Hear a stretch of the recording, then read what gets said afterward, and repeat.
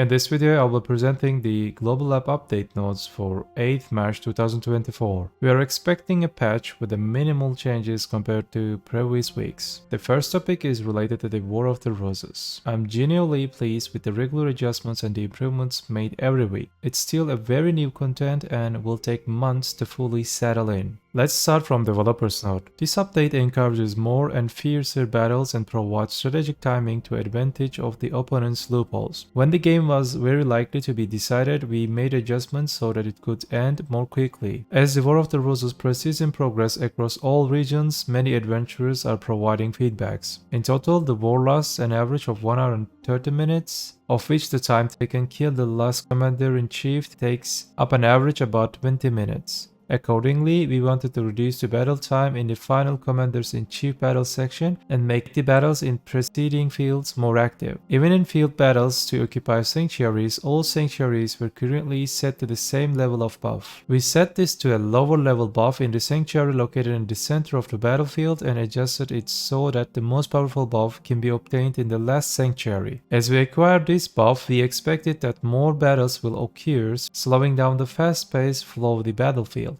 As the buff at the first sanctuary became more powerful, the boss of the first sanctuary was also adjusted to be more powerful. Both HP and AP have been strengthened, making the first sanctuary suitable for acting as the last line of defense. This means that when a front line is formed with the first sanctuary as the last front line, strategic timing can be provided to attack the opponent's sanctuary in reverse by using this place as the last line of defense. Additionally, new supplies have been added to the sea, allowing captains who are active at sea provide buffs to allies fighting on the land based on their efforts. We ask for your participation and the interest so that the War of the Roses will continue to be more interesting in future. Thank you. So let's check what are these changes in details. The first sanctuary of each faction will now serve as the final advance base to defend against attack from the opposing faction. The guardian of the first sanctuary inflicts greater damage to the adventurers, especially very strong damage to vehicles such as chariots and elephants. Additionally, you can effectively defend against attack from the opposing team based on lethal attack patterns.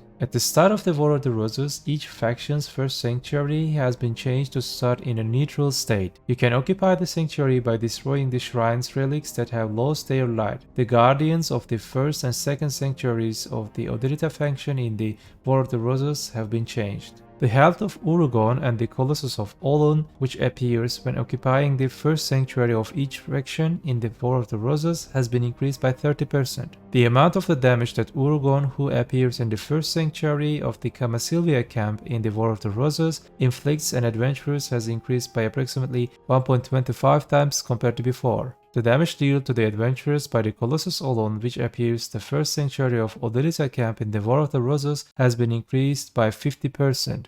The guardian of the first sanctuary of each faction in the War of the Roses have been added to the inflict critical attack in the following situation. 1 powerful attack when HP is 70, 50 and 30%. Powerful attack every 3 minutes when health is below 15%. Urugon and Colossus of Olon that appear in the first sanctuary of each faction in the War of the Roses have been changed to inflict strong damage to vehicles. Caution is required when riding an ancient chariots, elephants, cannons and horses. If you are on the verge of the victory by winning the battle at the first sanctuary, the final advance base, the Commanders-in-Chief's HP, will be adjusted so that the flow of battle can continue more quickly inside the castle. The health of the commanders of each faction in the War of the Roses has been reduced to 50% compared to before.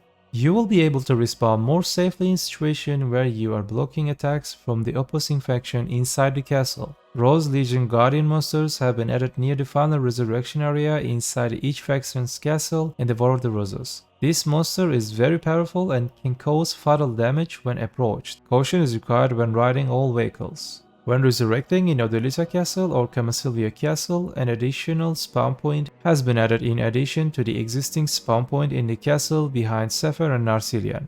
On the screen you can see 2 different maps, one is before and the other one is after. The changes in the buff values are clearly visible on these maps. Let's check this unclaimed supplies. A means will be added for adventurers who participate in the War of the Roses using naval power to provide support to other adventurers of each faction. You can support the one-time buff effect through supplies found in the sea during naval battles with ship of the opposing faction. Unclaimed supplies have appeared in the waters of Kamasilia and Odilita camps where the War of the Roses is underway. If you board the ship and destroy the supplies, you can obtain lost supplies as a bag in your inventory. This item can only be used in War of the Roses and cannot be used 30 minutes after incursion. If you right click and use lost supplies item, you can place the supplies at the character's location. When a deployed supply is destroyed, all AP 20 and all accuracy 20 effects are given for 5 minutes to 10 people around, regardless of allies or enemies. The buff effect disappears upon death. The visibility of the stable keeper that appears in each sanctuary has been improved. Color have been added to the names of the musical instrument spirit, and the arrow-shaped effect above their heads makes it easier to find the stable keeper from afar. The effect of the Frozen Guardian skill, which was difficult to recognize as being applied, has been improved, and the duration has been adjusted so that it can be used more strategically and carefully.